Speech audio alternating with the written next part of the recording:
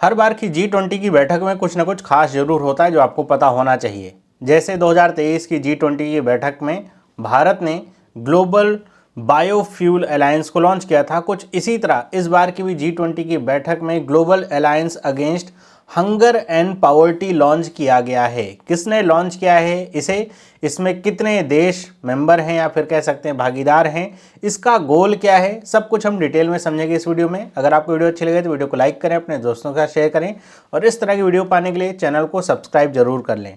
अगर आप अभी तक हमारे टेलीग्राम चैनल से नहीं जुड़े हैं तो जुड़ सकते हैं, आपको सारी वीडियो की अपडेट यहाँ पे मिलती रहेगी। तो स्टार्ट करते हैं। सबसे पहले हम बात करते हैं, आपको ये चित्र दिख रहा है G20 की बैठक का और आपको यहाँ पे नीचे दिख रहा है global alliance against hunger and poverty. कहाँ पे ये लॉन्च हुआ है? रियो दी जेनेरियो 2024 और ऊपर लिखा भी हुआ है G20 रियो समिट। तो आपको समझ में आ गया होगा कि ये ब्राज़ील में इस बार की बैठक हो रही है। आपको यहाँ पे बीच में जो दिख रहे हैं ये ब्राज़ील के राष्ट्रपति हैं और यहाँ पे आप अगर इनके राइट में देखेंगे तो भारत के प्रधानमंत्री भी आपको दिख रहे हैं और इनके राइट में अमेरिका के जो राष्ट्रपति हैं वो दिख रहे हैं और यहाँ पे आप चाइना के जो राष्ट्रपति उन्हें देख सकते हैं। तो ये दुनिया भर के जो देश हैं उनके जो राष्ट्राध्यक्ष हैं उन सब ने यहाँ पे बैठक में भाग लिया था। आपको ऐसे भी पता होगा कि नरेंद्र मोदी इस समय 3 देशों के दौरे पर थे, तो ये ब्राज़ील भी गए हुए थे। तो ये क्या है ग्लोबल अलायंस? तो ये जो global alliance against hunger and poverty है, एक फ्लैगशिप इनिशिएटिव है जिसको ब्राज़ील ने अपनी प्रेसिडेंसी में लॉन्च किया है G20 की। और इसका जो एम है वो ये है कि सारे के सारे जो नेशंस हैं, जो अलग अलग ऑर्गेनाइजेशंस हैं, उनको इकट्ठा किया जाए और ये हंगर और पावर्टी जो 2 बड़े चैलेंजेस हैं जो आज के समय में आ रहे हैं, उसके पीछे का रीज़न क्या है? एक तो जियो पॉलिटिकल कन्फ्लिक्ट्स जो पूरे देश भर में और पूरे दुनिया भर में हो रहे हैं, अलग अलग जगह पे अलग अलग लड़ाइयाँ हो रही हैं, क्लाइमेट चेंज हो रहा है, ये आप सब देख रहे होंगे। कोविड-19 पैंडमिक की वजह से भी इसमें बहुत इजाफा हुआ है। तो ये जो 2 चैलेंजेस हैं इनमें बहुत बढ़ोतरी हुई है, तो इसी को ही टैकल करने के लिए इसको लॉन्च किया गया है। ये अगर आपको पता हो कि यूनाइटेड नेशंस का जो सस्टेनेबल डेवलपमेंट गोल्स है जिसको शॉर्ट में SDG कहते हैं, उसका गोल नंबर 1 है नो पॉवर्टी और गोल नंबर 2 है जीरो हंगर। इन्हीं दोनों को ये ट्रैक कर रहा है और मतलब इसके गोल के साथ ही चल रहे हैं, क्योंकि SDG का गोल भी जो गोल ईयर है वो 2030 का ही है, तो उसी को ट्रैक कर रहा है। तो अगर हम बात करें यहाँ पे कि ये अलायंस क्या है, इसमें कितने फाउंडिंग मेंबर्स हैं, तो टोटल इसमें 148 फाउंडिंग मेंबर्स हैं।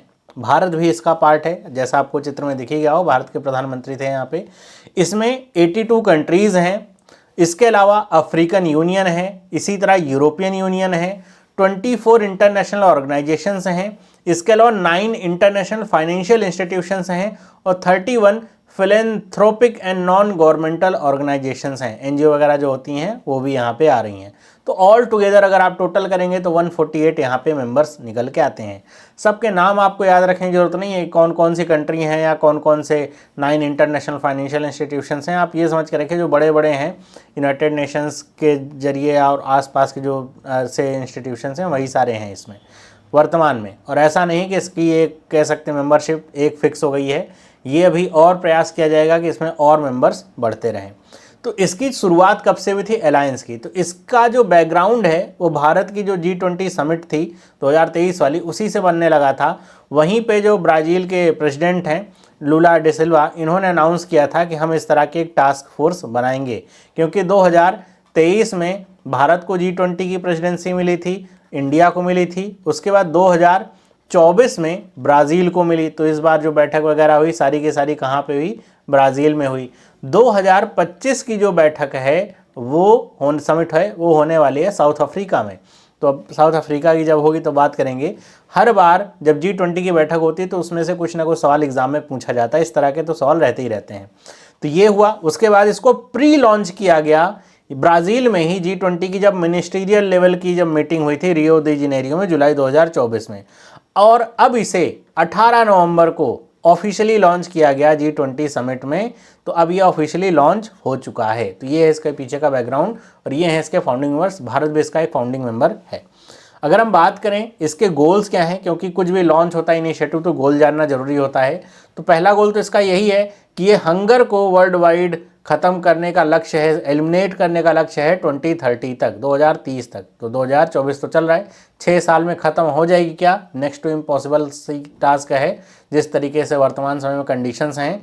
लेकिन अगर गोल लेकर के चलेंगे तो हो सकता है कि इसमें कुछ और यहाँ पे अच्छे कह सकते हैं कि अच्छा रिजल्ट देखने को मिले। इसी के साथ यहाँ पे जो पॉवर्टी लेवल हैं उनको रिड्यूस करने का प्रयास किया जाएगा, इसका एक गोल ये भी है। इसमें ये अभी वर्तमान समय का जो गोल है कि 500 मिलियन पीपल तक पहुँचने का गोल है। कैश ट्रांसफ़र प्रोग्राम जो होते हैं लो और लोअर मिडिल इनकम कंट्रीज़ में 2030 तक, कि हम 500 ऐसे मिलियन लोगों तक पहुंचेंगे जो पॉवर्टी लेवल पे हैं या फिर हंगर से ग्रसित हैं।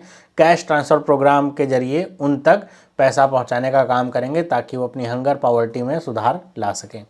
इसी तरह यहाँ पे एक और गोल रखा गया है कि हाई क्वालिटी स्कूल मील्स, जैसे अपने इंडिया में होता है मिड डे मील, कुछ उसी तरीके से एडिशनल 150 मिलियन चिल्ड्रन जो कंट्रीज़ में हैं उन तक हाई क्वालिटी स्कूल मील्स पहुँचे। और ये जो बच्चे जो एंडेमिक चाइल्ड पॉवर्टी और हंगर से ग्रसित हैं ऐसे देशों में, उन तक ये पहुँचाने का लक्ष्य। ऐसा नहीं कि जा करके यूएसए या फिर यूरोप के जो देश हैं वहाँ पे बांटेंगे। खास तौर पे जो लक्ष्य है वो अफ्रीका के देशों में लेकर के चल रहे हैं, क्योंकि वहीं पे इस तरह की जो कंडीशंस हैं वो ज़्यादा ख़राब हैं। इसके साथ साथ 200 मिलियन चिल्ड्रन और वुमेन वर्ल्ड वाइड तक पहुंचेंगे, ऐसा लक्ष्य है। जो मैटरनल हैं मतलब प्रेग्नेंट वुमेन, उसके साथ साथ अर्ली चाइल्डहुड सपोर्ट के लिए, मतलब 6 साल या उससे कम के जो बच्चे हैं उन तक के लिए, ताकि माल न्यूट्रिशन ना हो उनके अंदर, और जो कह सकते हैं मोर्टेलिटी रेट है उसको और आगे बढ़ाया जा सके, तो इस वजह से या सुधार लाया जा सके, ये भी इनका एक गोल है। तो ये कुल मिलाकर के गोल तो इनके 2 ही हैं। उस गोल के बहुत सारे सब गोल्स हैं जिसमें ये सारी चीज़ें आ जाती हैं। मतलब इनको हंगर ख़त्म करने का गोल है 2030 तक और पॉवर्टी लेवल को सुधारना है। उसके अलावा ये जो चीज़ें हैं ये उसी के लिए करेंगे ताकि ये जो दोनों लक्ष्य हैं उसकी प्राप्ति हो सके। अगर हम बात करें यहाँ पे मिशन और गवर्नेंस की कि कैसे होने वाला है, तो कोई भी देश जो इस अलायंस को ज्वाइन करने वाला है उसके लिए इन 3 पिलर्स को फॉलो करना जरूरी है। जैसे नेशनल पिलर, फाइनेंशियल पिलर और नॉलेज पिलर। नेशनल पिलर का मतलब ये है कि जो भी देश इसमें शामिल होगा तो वो अपनी तरफ से कमिट करेगा। वो ऐसा नहीं कह सकता कि नहीं हम इस देश की सहायता नहीं करेंगे तो हमारा दुश्मन देश है, या फिर उसके देश में सहायता होनी है तो मना नहीं कर सकता। ये सारी चीज़ें उनको कमिटमेंट करनी पड़े। फिर होता है फाइनेंशियल पिलर, मतलब कि जब आप किसी अलायंस में जुड़ रहे हैं एक अच्छे कॉज के लिए तो आपको जो फाइनेंशियल कमिटमेंट आपको करनी है वो करेंगे और उसे आप निभाएंगे। इसी के साथ नॉलेज पिलर भी आता है कि जो भी काम हो रहा है आपके देश में या कहीं पर भी उसे शेयर भी किया जाएगा, ताकि कहीं पर अगर अच्छे रिजल्ट आ रहे हैं किसी खास तरीके से, किसी खास टेक्नोलॉजी से, तो वो सब भी शेयर किया जाए। तो ये 3 प्लेयर्स यहाँ पे होंगे जिसके जरिए ही सारे प्रोग्राम, सारी पॉलिसी, सारे रिसोर्सेज को मोबिलाइज़ किया जाएगा, सारी पॉलिसीज़ बनाई जाएंगी, डिसाइड करी जाएंगी। क्योंकि जब आप कुछ करते हैं तो जो आप सोच करके चल रहे हैं उससे ही काम नहीं चलता है। बहुत सारी चीज़ें आपको प्रैक्टिकल जब आप करते हैं चीज़ें तब आपको समझ में आती हैं। तो इन 3 पिलर्स को फॉलो करना ज़रूरी है। और जैसा मैंने बताया कि अभी केवल 148 मेंबर्स हैं, इतने फिक्स रहें जरूरी नहीं। इसमें प्रयास किया जा रहा है कि सभी, जैसे अभी आप FAO की वेबसाइट खोलेंगे तो वो कह रहा है कि सभी को कि आइए जुड़ते हैं इस इनिशिएटिव से, मतलब इनवाइट किया जा रहा है कि ज़्यादा से ज़्यादा लोग इससे जुड़ें। फिर अगर हम बात करें सुपरविज़न की, जो कि इसका आखिरी पॉइंट होगा कि ये सारी चीज़ें होंगी तो इसे सुपरवाइज कैसे किया जाएगा, रेगुलेट कैसे किया जाएगा। तो ये जो अलायंस होगी इसकी रेगुलर समिट्स हुआ करेंगी हर साल, मतलब हर साल पे एक रेगुलर इसकी समिट होगी जिसमें सारी चीज़ें स्क्रूटनी करी जाएंगी, देखी जाएंगी, ओवरसी किया जाएगा वर्क को। एक हाई लेवल चैंपियंस काउंसिल होगी जिसकी मीटिंग हुआ करेगी, जिसमें क्या काम हुआ इस साल में और आगे की क्या चैलेंजेस हैं उनको कैसे पार करना, वो सारी चीज़ें यहाँ पे डिस्कस होंगी।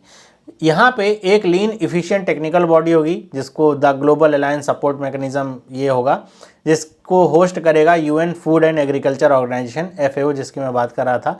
तो वो होगी जिसके जरिए सुपरविज़न का काम होगा। और ये जो पूरी बॉडी होगी, ऐसा नहीं है कि ब्राज़ील ने लॉन्च किया है तो ब्राज़ील के ही लोग इसमें होंगे और वहीं पे सारा फोकस होगा, नहीं। ये ऐसा कहा जा रहा है कि ये इंडिपेंडेंटली ऑपरेट करेगी, क्योंकि इसमें सिर्फ ब्राज़ील नहीं है, 148 मेंबर्स हैं तो इंडिपेंडेंटली काम करेगी। और जो उसको स्ट्रेटजी सही लग रही है, जो ऑपरेशनल सपोर्ट उसको चाहिए, उसके अनुसार वो काम करेगा, उस सपोर्ट को मांगा जाएगा। और जो अलग अलग देशों के साथ पार्टनरशिप करी जानी वो सारा अपने आप ही ये देखेगी। इसके अलावा किसी देश के से इसमें ऐसा नहीं होगा प्रेशर डाला जाएगा इनके साथ आपको पार्टनरशिप नहीं करनी है, इस देश में नहीं जाना है, ऐसा कुछ नहीं होगा। इनका जो गोल है वो है हंगर और पॉवर्टी को ख़त्म करना, या हंगर को ख़त्म करना, पॉवर्टी को कम करना, उसी को लेकर के पूरी तरीके से ओरिएंटेड रहेंगे। तो बस इतना ही इसमें जानना जरूरी है। बाकी एक चीज़ और आपको बता दूं, जैसा मैंने अभी आपको शुरुआत में बताया था कि एसडीजी के मैंने कहा गोल 1 में आता है हंगर और फिर आता है नो पॉवर्टी। तो ये जो हंगर और नो पॉवर्टी वाली चीज़ें हैं, गोल 1 और 2 तो पता चल गया आपको।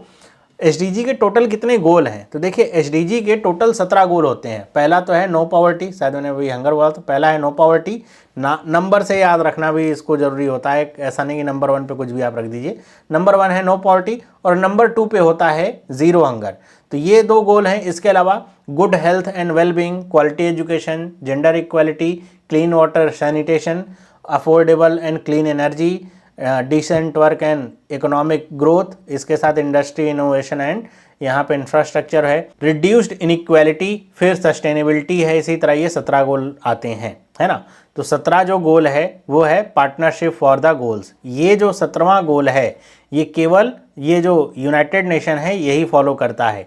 बाकी जो देश फॉलो करते हैं वो केवल 16 गोल फॉलो करते हैं। इन 16 गोलों को इनको फॉलो करना है, इन गोल्स के ऊपर काम करना। और आपको पता है इसको लेकर के भी देशों की रैंकिंग होती है, जिसके आधार पर एसडीजी की रैंकिंग दी जाती है, कौन सा देश किस गोल पे कितना अच्छा काम कर रहा है। इसको लेकर के एक वीडियो मैंने बनाई थी जब इंडिया की रैंकिंग आई थी, आपने नहीं देखी है तो मैं लिंक दे दूंगा, उसको देख लीजिए तो आपको समझ में आ जाएगा भारत के इस समय पोजीशन क्या है और भारत किस में अच्छा कर रहा है। According to sustainable development goals कोई भी देश जो भी उसका गोल दिया गया है उसके अनुसार नहीं चल रहा है। तो इस वजह से ये थोड़ा दुखी भी हैं कि 2030 तक जो हमने लक्ष्य प्राप्ति कर रखी है उसके आसपास हम दिख नहीं रहे हैं। कोई भी देश ऐसा नहीं जो सारे गोल्स को पूरा कर रहा है, लेकिन गोल हाई रखे जाते हैं तो लोअर उसका अगर आउटकम मिल रहा है तो भी ठीक ठाक हम चल रहे हैं। तो इस वीडियो में इतना ही। आई होप आपको वीडियो समझ में आ गई होगी। सारी चीज़ें मैंने बता दी हैं, जितनी आपको जानने के लिए ज़रूरी हैं एग्जाम के लिहाज से वो सारी मैंने बता दी हैं। वीडियो अच्छी लगी तो वीडियो को लाइक करिए, अपने दोस्तों के साथ शेयर करिए, चैनल को सब्सक्राइब कर लीजिए इस तरह के और वीडियोज़ के लिए। मिलते हैं अगली वीडियो में, सभी लोगों को बाय।